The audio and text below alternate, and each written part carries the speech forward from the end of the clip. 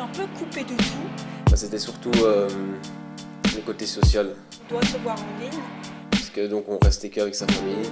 mais à l'extérieur aussi. Aller voir les copains et tout ça pendant longtemps on n'a pas pu. Pour essayer quand même de garder ce contact et je veux pas perdre mes amis. Ça doit être vraiment pénible d'être adolescent maintenant en fait. Action! Je m'appelle Anissa. Je m'appelle Léo Détens. Je m'appelle Amal. Je m'appelle Lily. Je m'appelle Alice. En fait le confinement m'a pas tellement dérangé. Ça m'a même appris beaucoup de choses. Et j'ai pu me retrouver aussi avec moi-même. Le partage. Aujourd'hui, maintenant, n'importe quand, le contact physique. Donc, les fous rires, Le contact. le sport, l'insouciance, La joie. Les sorties.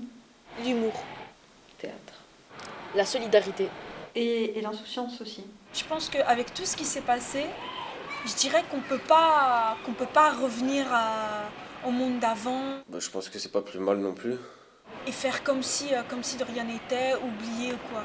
Revenir en arrière, c'est pas toujours la meilleure chose à faire. Je crois que si je me voyais, moi, quand j'avais 15 ans, On peut essayer, pas d'en créer un nouveau, mais de rendre le monde meilleur. Moi quand j'étais ado, pour moi tout était possible et tout pouvait changer et je sentais que j'avais cette force-là en moi.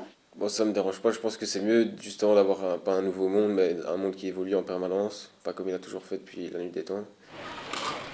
Comment avez-vous maintenu un lien avec la culture pendant et après le confinement? C'était très compliqué. Tout ça était nouveau pour moi et on ne savait pas trop combien de temps ça allait durer. pour ce qui est des ateliers théâtre, donc des ateliers d'expression et de créativité, je continue d'ailleurs toujours à les maintenir en ligne. C'est vrai que j'ai commencé à faire certains trucs que je faisais pas avant. J'ai commencé à peindre. J'ai pas été au musée, j'ai pas été au cinéma, j'ai pas été au festival. Je crois que c'était même fermé, mais moi personnellement j'ai pas été. Je sens que mes jeunes, ils ont quand même un besoin qu'on s'intéresse à eux. Et j'ai l'impression qu'on leur pose de moins en moins de questions sur comment ils se sentent, comment ils vont. Je suis bien restée chez moi parce que, enfin voilà, j'ai pas envie que mes proches l'attrapent ou même moi. Ce serait bête. Je n'ai pas pu maintenir de lien. C'est faux. Le lien, il était là. La culture, voilà.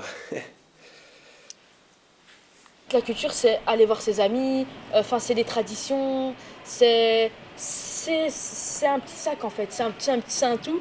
C'est une sorte de résumé, il me semble, de la société, comment est-ce qu'elle fonctionne, des différents courants qu'il y a en ce moment et tout ça.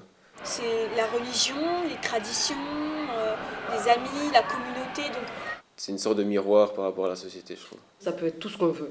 À partir du moment où c'est quelque chose qui est échangé, qui puisse être transmis. Pour moi, même ma maison de quartier, la maison de quartier Scud, c'est une culture pour moi. Voilà, si je dois résumer, c'est ça, c'est vraiment le lien qui existe entre les gens et l'expression de ce qu'on est, de ce qu'on pense et de ce qu'on ressent. C'est quelque chose quand même. C'est quelque chose qui m'a quand même marqué la maison de quartier et ses activités. Et les fous rires surtout. Pour moi, les jeunes, c'est une part de la culture en fait. Beaucoup de jeunes s'intéressent à la culture. Oui, un ado qui va pas au musée, c'est pas pour ça qu'il s'intéresse pas à la culture, c'est parce qu'il s'intéresse à d'autres choses, tout simplement. C'est ce qui nous fait vibrer, c'est ce qui nous détend. Les jeunes, ils ont tellement de choses à dire, mais c'est juste qu'ils se parlent entre eux ou c'est juste qu'on les écoute pas, je sais pas. Si là maintenant j'avais un politique devant moi, ce que j'aimerais lui dire c'est qu'il fasse tout pour régler le problème. Investir dans l'éducation. Faut pas par exemple, imaginons il y a un souci entre un policier et un jeune, que le policier a étudié tout ce qui est loi, droit, etc., que le jeune, lui, ne connaît pas ses droits ou ses lois. C'est, je pense, la première pierre pour bâtir une société. Peut-être que le jeune, lui, plus tard, va être un futur policier, on n'en sait rien. Moi, je trouve que les policiers, il faut qu'ils écoutent. Enfin, il faut que, s'il y a quelque chose qui se passe, qu'ils écoutent vraiment tout le monde.